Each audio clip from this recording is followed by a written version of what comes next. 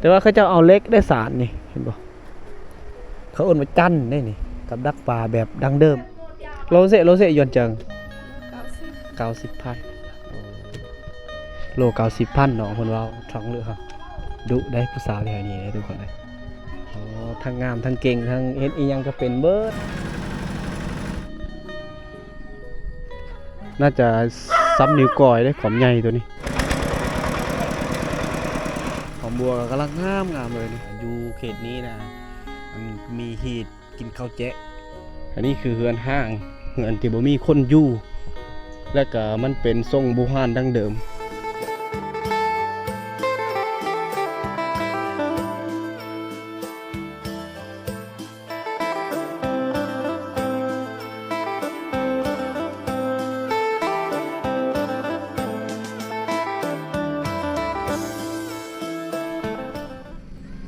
ในยามตอนเช้าทุกคนเลย6 โมงกับ48 นาทีเอาสบายดีทุกคนและก็สบายดีพ่อแม่พี่น้องทุกคนเด้อที่กำลังติดตามและรับชมวิดีโอบ่าวเคบันปลาทุกคนเลยวิดีโอนี้บ่าวเคก็จะได้พาทุกคนไปเที่ยวหมู่บ้านชนบทแห่งหนึ่งนะที่ยังบ่ทันได้มีไฟฟ้าอีหยังเลยแต่ว่าเฮาก็เห็นแต่ทรายแล้วก็เสาไฟแต่ว่าไฟนะเขาเจ้ายังบ่ทันได้ดึงเขาเหือนอีหยังเลยนี่ตอนนี้บ่าวเคมาอยู่จุดนี้นี่คือน้ำน้องเลยทุกคนเป็นน้ำน้องที่กลางหมู่บ้านเลยที่ทุกคนได้ยินเสียงก็คือเขาเจ้าได้สีเข้าเลยน่าจะสีเข้าตอนเช้าต้องได้เสียบกับจักรรถไถอีหยังเลยเขาเจ้าน่าจะปลูกหอมบัวแบบนี้เลยนะอันนี้คือสัตว์เลี้ยงของเขาเจ้าน่าจะผูกจะลามจะมัดไว้อยู่จุดนี้เลยเห็นบอกมันน่าจะแมนเฮือนข้าเจ้านี่แหละที่สีเข้าตอนนี้ข้าเจ้าทาสีคักได้สำหรับเฮือนพาทุกคนเลาะเที่ยวย้ำตอนเช้าทุกคนเอ้ยส่วงนี้นะ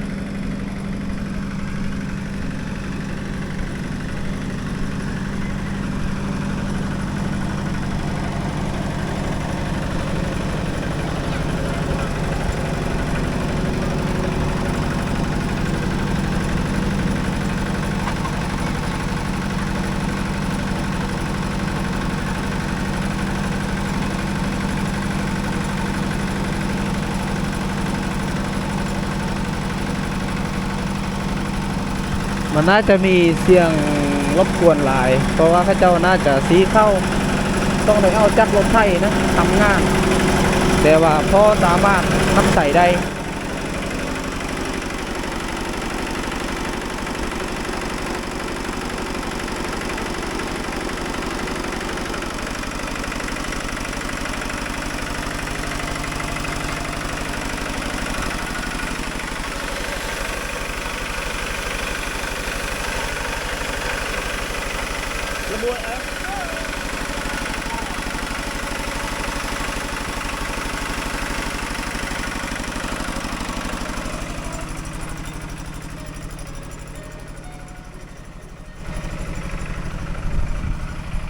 บอลเขาเจ้าพัดห้ำเรือขี้แกะไปเนี่ยจุดนี้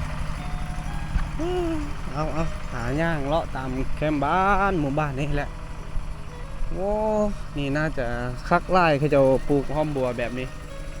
อุดมสมบูรณ์เลยทุกคนน่าจะฮดจะย่างในส่วงนี้เลยเห็นบ่นี่แล้วก็เบียร์มะฮุ่งนี่น่าจะเขาเจ้าดึงออกมาไปปลูกบ้านอื่นนะมันจะติดโลดนี่หอมบัวกำลังงามเลยนี่แล้วก็จะ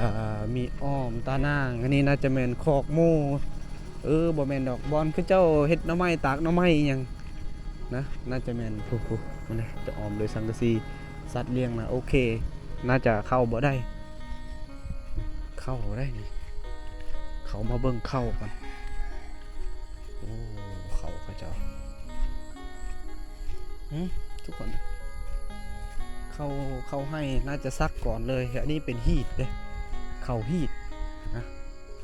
น่าจะเฮ็ดพอแก่ฮีทเพราะว่าอยู่เขตนี้นะมันมีฮีทกินข้าวแจ๊ะ มันก็ใกล้สิฮอดฤดูกาลแล้วเด้เห็นบ่เขาก็น่าจะยาวๆแบบนี้เลยยังอีก1 เดือนมันจะออกสำหรับเขาโอ้หอมกุ่นๆอยู่แต่ว่าเขาจะอ้อมตะนางแบบนี้เด้นี่เอ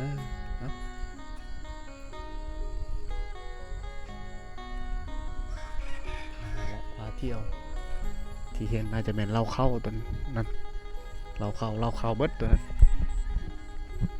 2-3 หลังอยู่ติดกันเลยผาเลาะหมู่บ้านป่าที่อยู่กลางหุบเข้าทางนี้ก็น่าจะแม่นภูผากเบื้องนั้นน่าจะแม่นเซบังเฮียงเบาเพกสีลงไปพุ่นแหละเซบังเฮียงภูผาเบิดอยู่แถวนั้นอ้อมเห็นบ่หน่อไม้นะมันน่าจะแม่นเห็ดหน่อไม้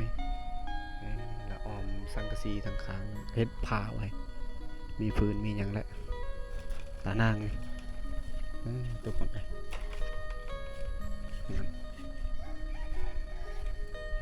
ขัวได้ตัวนี้มันเหินขัวมันยังเลย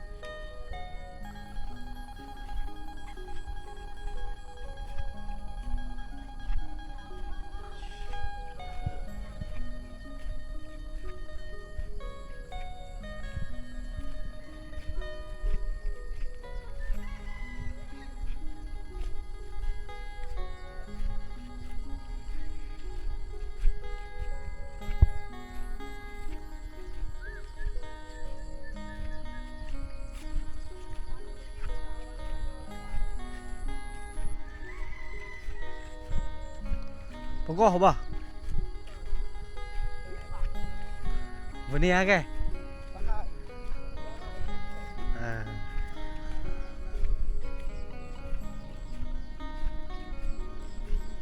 Oh, ผู้สาว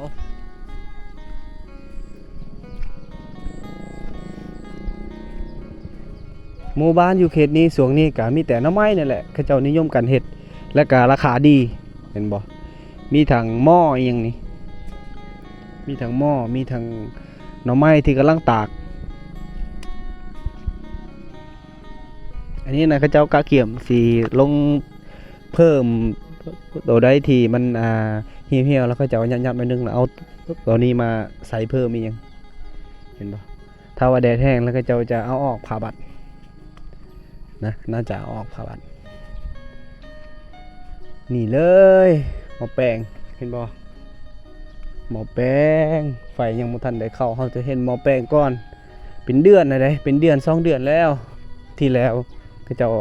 ขึ้นหม้อแปลงนี่ว้าหม้อแปลง30หมู่บ้าน14-15 หลังทุกคนเลยแต่เก่ามันเป็นโฮมจุดนี้เห็นบ่แล้วก็เจ้าเฮ็ดหัวมันนี่กกไม้งาไม้ที่เขาเจ้าบักลงแล้วเอามาเฮ็ดหัวเอามาพังแบบนี้แล้วก็สามารถปลูกมักแตงมะเขืออย่าง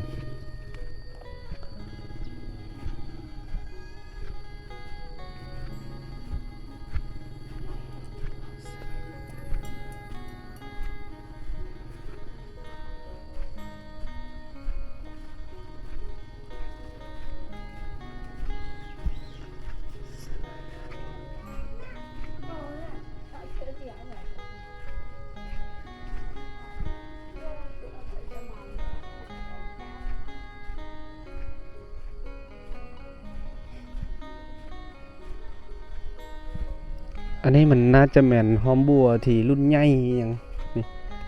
น่าจะซับนิ้วก้อยได้ความใหญ่ตัวนี้นะ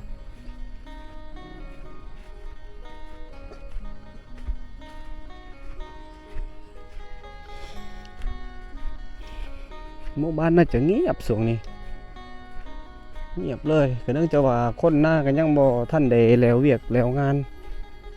ก็เลยเงียบไปช่วงนี้ก็เป็นช่วงฤดูนิยมการดำนาบางคนก็ยังบ่ทันได้แล้วสักให้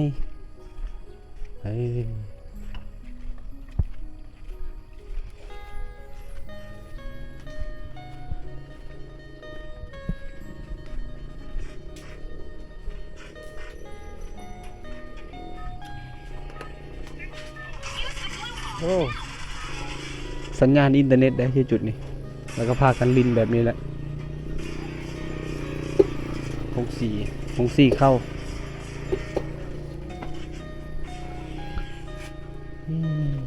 โอ้สายไฟ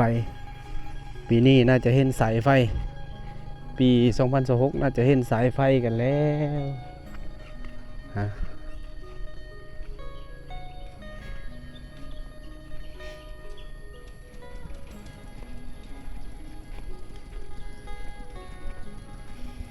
กกม่อนตัวนี้ถือว่าปีนี้เขาเจ้าได้บักลงเพราะว่ามันจะอยู่ติดกับสายไฟอยู่ระหว่างเสาตัวนี้แล้วก็กกโอมี่เขาเจ้าน่าจะบักลงนะถ้าบ่บักบ่ได้ทุกคนเลยมันบ่มีความปลอดภัยอหยัง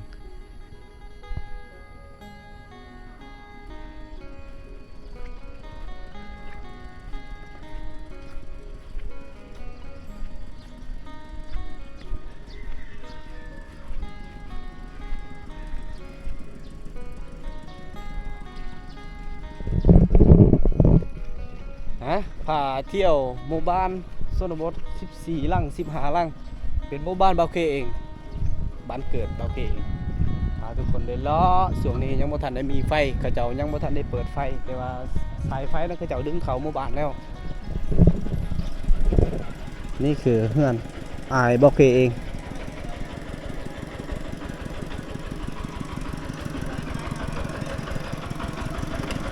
เปล่เด้อNha, beli ada.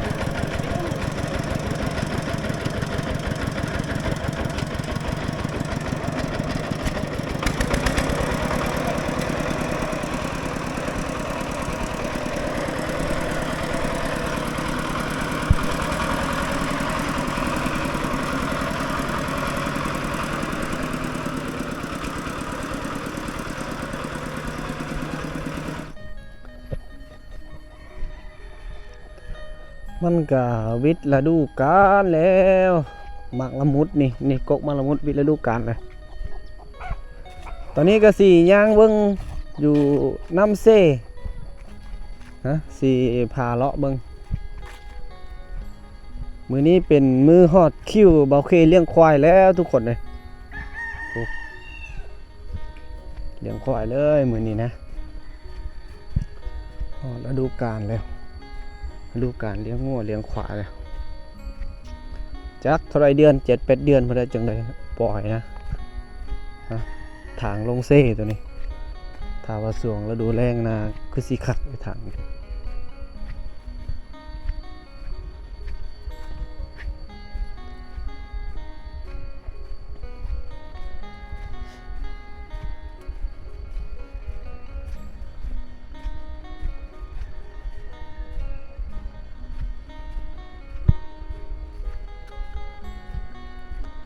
เสียงน้ำแกงลงไปเบิ่งน้ำก่อนบางทีน้ำมันนี่น่าจะขวางเหตุได้เลยนี่บอกให้เจ้าระบายน้ำแต่ว่าโอ้ฝนซ้ำนี่มันยังบ่ทันได้นั่นเห็นบ่น้ำก็ทรายใส่อยู่ปลาลายได้เห็นผมมันบ่อนมันยังแถวนั้นน้ำก็ใส่เลย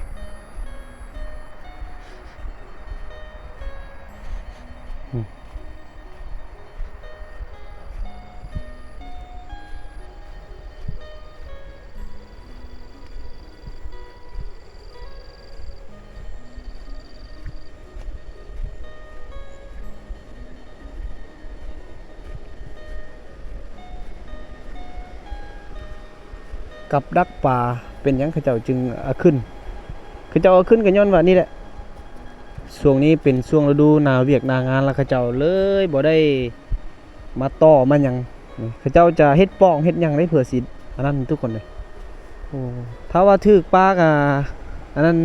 พวกปลาโค้งปลาเข่งกันแล้วแต่ว่าเขาเจ้าเอาเล็กได้สารนี่เห็นบ่เขาเอามาจั่นได้นี่กับดักปลาแบบดังเดิมมีอย่างเลยแต่ว่าอยู่เขตนี้นะเขาเจ้ายังใส่อยู่นะยังมีการนำใส่อยู่นี่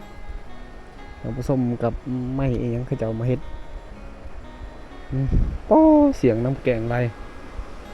เสียงน้ำต้นแกงช่วงนี้เป็นช่วงหน่อไม้หน่อมงหน่อใหม่เลยเห็นบอกมีคนเอาแล้วหน่อไม้ตัวนั้น เป็นป่า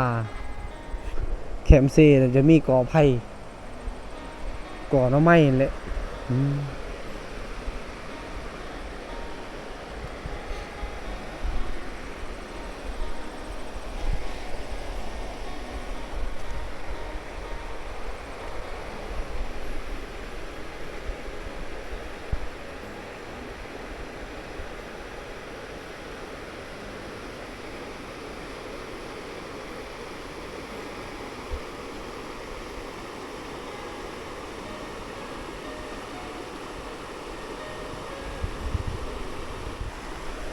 ถ้าว่าลงควางแห่แถวนี้น่าจะได้เด้ช่วงนี้นำคุณทุกคนเลย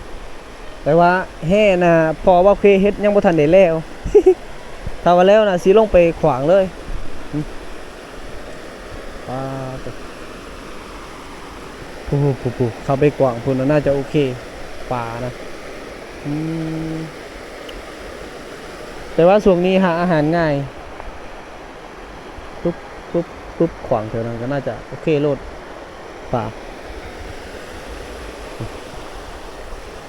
น่าจะหามาได้เลยอันนี้เป็นบ่อนอาบน้ำหยามแรงเห็นไหมเป็นแป้นเลยแถวนี้เราจะลงอาบอยู่จุดนั้นเลย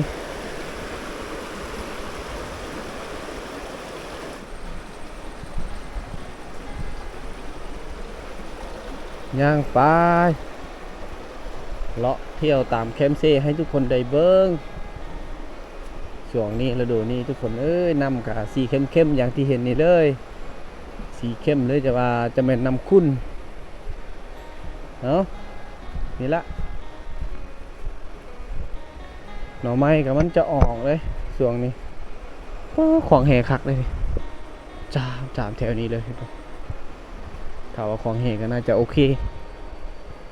น้ำคุ้นนี่ป่ามันจะเข้าตะฟังเขาน่าจะขวางได้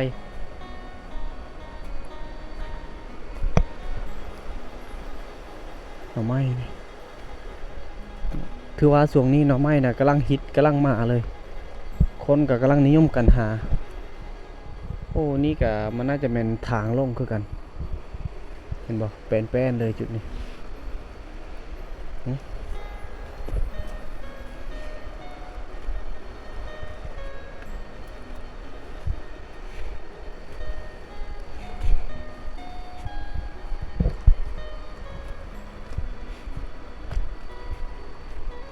โบถ้าว่าเอาด่างมากวาดก็ถือว่าโอเคเลยการกวาดแบบนี้ฮะพาทุกคนไปเลาะเที่ยวแคมเซ่ที่หมู่บ้านป้านี่คือสายเซบึงเฮียงนะ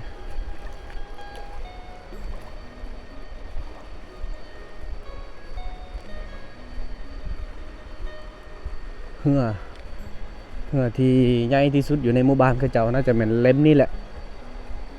อันนี้มันสายป้องกันเหือไหลในส่วงน้ำลายเลยพากันอันนี้นะเขาเจ้าไปมัดใบยูกกใหม่ที่สำคัญอยู่พูนเลย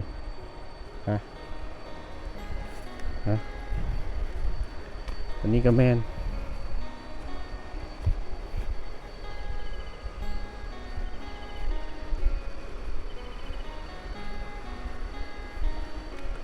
และก็นี่เป็นบ่อนอาบน้ำของผู้ชายส่วนทางพุ่นแมนบ่อนอาบน้ำของผู้หญิงอยู่ในหมู่บ้านนั่นแหละหรือว่าผู้สาวยังน่าจะอาบอยู่จุดนั้นเลยช่วงนี้มัน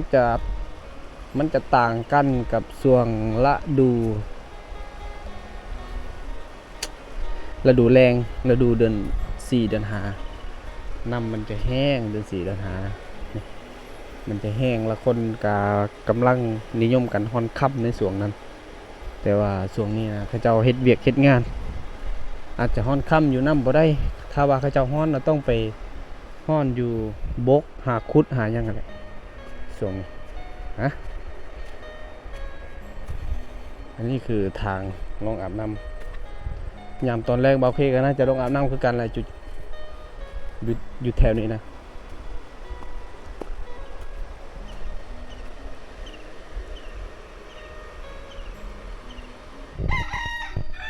ตอนนี้ก็ได้ขึ้นจากน้ำเสแล้ว นนี้คือเฮือนห้างเฮือนที่บ่มีคนอยู่และก็มันเป็นทรงโบราณดั้งเดิมที่หาเบิ่งยากแต่ว่ายังมีหลังเดียวอยู่เขตนี้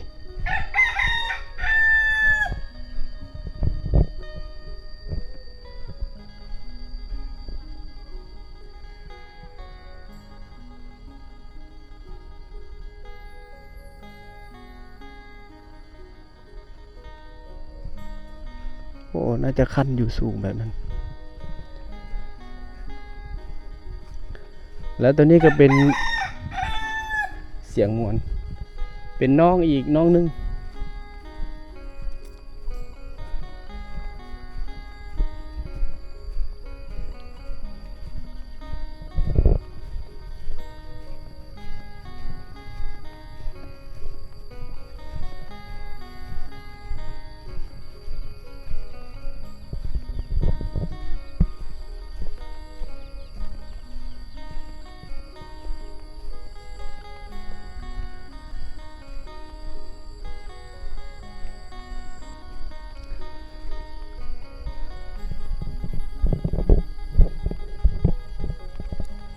ย่างไปเข้าหมู่บ้านอีกหมู่บ้านนึงนะ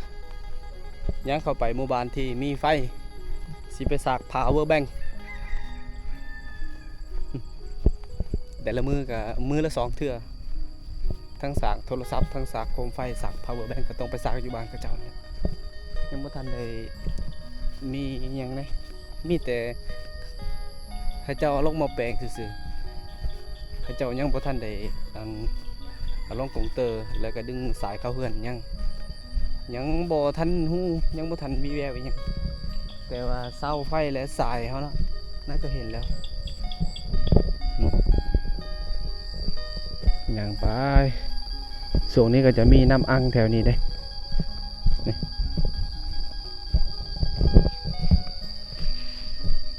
เห็นบ่ไล่ตลอดเลยนี่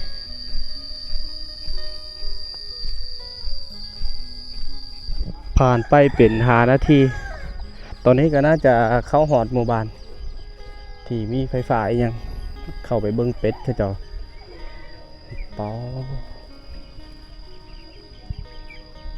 มีทั้งเป็ดทั้งโมแล้วเขาเจ้ามาคั่งไว้อยู่น้ำกันแบบนี้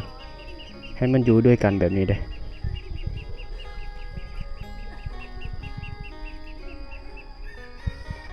แล้วก็จะมุ่งผ้าบัดฮะหลังๆก็มีงานแต่งคือการเหือนเขาเจ้า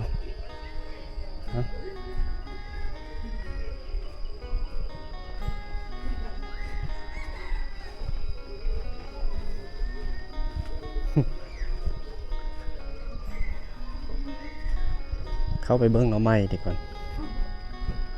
โม่บังมาเลยเท่าไปแห้งเบิดนี่น่าจะเป็นล้านเลยเด้นะโลกับโลแสนปลายหรือว่าอันนั้นน่ะโล150,000 กีบส่งนี่เห็นบ่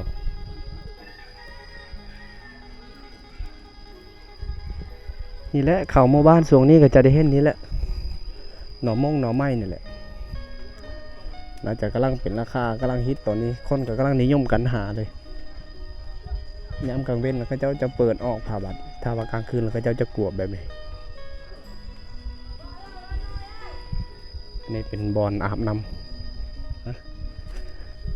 เที่ยวบ้านตอนเสาร์เลย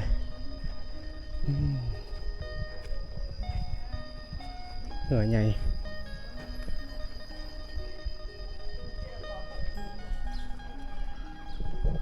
กำลังย่างไปนี่แหละถ้าว่าเขาหมู่บ้านเพราะว่าอยู่บ้านเขตนี้ที่อยู่ติดกับสายเสียมเฮียงก็ต้องเลยเฮ็ดหน่อไม้เบิดเป็นการหาเงินตามฤดูกาลมาเบิ้งสร้างที่เฮ็ดห้องน้ำมียังนี่โอ้กำลังผสมปูนเลยตอนนี้เดินเสริมเดินไหนเสริมตื่นเดินruang kesah benda ke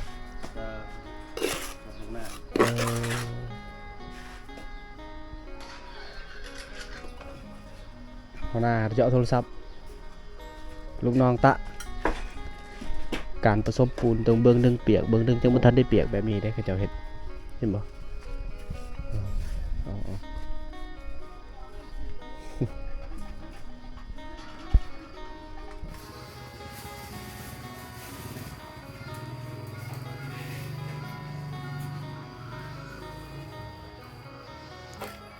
ผู้สาวนะครับเจ้ากวาดเหือนกวาดหยัง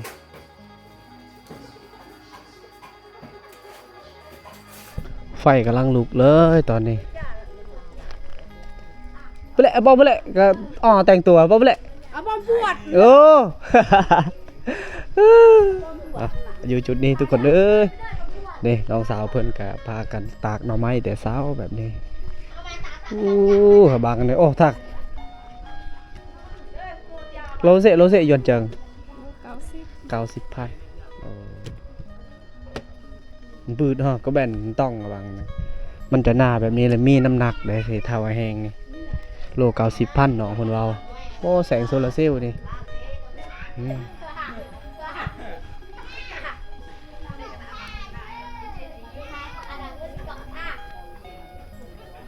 ก็แบนระวังเนาะนี่ดิก็อันนี้นะตากแดดได้ทุกคนนะฮะถ้าว่าฝนตกกับพอแห้งขันเมียในปลาเหี่ยวคือกระทึกขันเมียเอา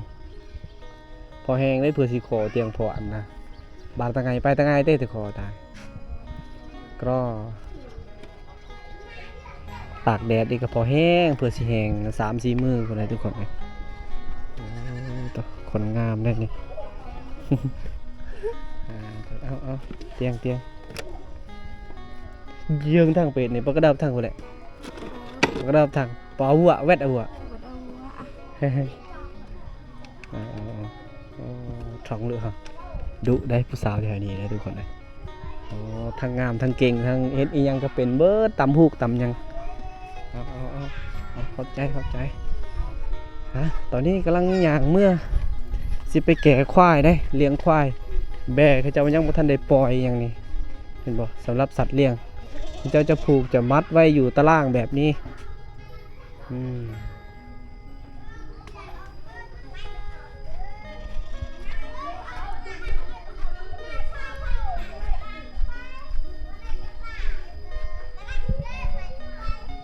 เขาใกล้4 หอดเวลาแล้วตอนนี้8 โมง 9 โมงเขา10 โมงบ่เคยก็จะ